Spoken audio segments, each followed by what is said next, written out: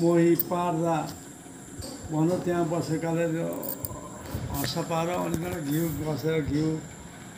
बेसरी यत्रो डल्लो घिउ घसेर ट्याक्क पार त्यो अर्को रह्यो कचराले भरिसकियो छ त्यसले नै आइदिया गाउनु पर्ने हाम्रा बाले अघि सिङ खसी ल्याउनु भएको सिङ भनक्क घुमेका यसरी घुमेका हुनु कचरा त ये कहाँ थिए यी कहाँ हुन् उनीहरू स्याङ्जाका हुन् स्याङ्जाली भन्थे हरेक जनार्दन भन्थे अरे कचरा पुज्दाखेरि हाम्रा भैँसीको सिङ घुमेको भने कचरा पुज्यो कचरा फाल्ने नफाल्ने भनेर कटुवाल घोकेका थिएँ हात लाउनै नपर्ने मैले त यस्तो सुनेको थिएँ बुवा त्यसलाई अलि परिमार्जित भएर होला कसरी दुईजना मान्छेले चाहिँ उस्तै उस्तै अनुहार मिल्दो रहेछ मितला छन् होइन अब हेर्दाखेरि उस्तै उस्तै अनुहारका के मितला छन् अनि त्यहाँबाट एकजना मिजुलाई भेट्ने भनेर अब एकपटक मिजु कहाँ गयो तर कस्तो भने त्यो एकअर्कालाई थाहा छैन तिनको दुर्गुण के छ अवगुण के छ भनेर थाहा छैन मिजुलाई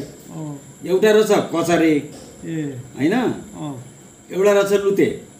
काखिया लुतो आउने सुके लुतो अब त्यो मिजुको अगाडि बस्दाखेरि अब त्यो आँखा चिलाउने चाहिँ भयो के कचरेको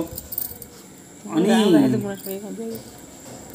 अब के मिजुले फेरि आँखा कनायो भन्लान्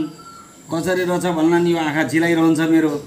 कसरी चिलाउने के अरे कनाउने होला भन्ने उसलाई पिर भइरहेछ भने उता लुतेलाई पनि के भएछ भने चाहिँ कसरी मेरो यो काखीको लुतो कनाउने होला मिजुको अगाडि पिर परिरहेको छ जुक्ति निकाल्न खोजिरहेको उसले अनि त्यो कचरेले चाहिँ के गरेछ भने हेर्नुहोस् मिजु हाम्रा घरमा म सानो हुँदाखेरि आमाले चाहिँ त्यो चाहिँ भात पकाउनु हुन्थ्यो दाउरामा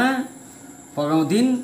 काँचा दाउरा लिएर आएर चाहिँ त्यो सुकेकै नहुने त्यो आगो फुक्यो ढुङ्ग्रो लाएर फु फु गरेर ढुङ्ग्रो फुक्दाखेरि धुवाँ पुतुत्त धुवाँ आउने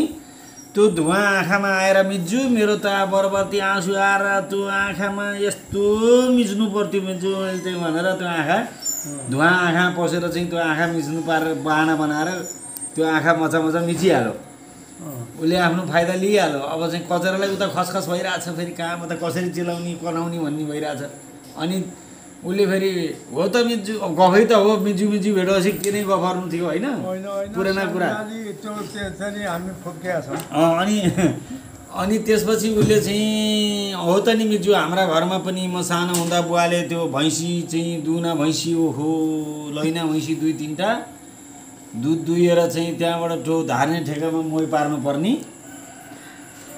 अब त्यो ठुलो ठेकामा मोही पार्दाखेरि पाखुराले घुवाई घुवाई घुवाई घुवाई घुवाई घुवाई पारेको पारै गर्न पर्ने त्यो घिउ बन्दै नबन्ने भनेर चाहिँ त्यो गफ दियो त्यो गफ दिँदाखेरि यो हात मोही पार्दाखेरिको दायाँ बायाँ गरेको काटी मोही पार्दा घिउ यति आयो घिउ झिकेर गस्ता लुतो बनाइहाल्यो उसले लुतो बनाइहाल्यो हो यसरी चाहिँ अब त्यो चाहिँ लुतेर कचरेले चाहिँ आफ्नो त्यो चाहिँ अब आफ्नो भनौँ न इच्छा पुरा गरे कनाउने र लुतो फाल्ने लुतो चिलाउने भन्ने कुरा चाहिँ कथामा जोडिएको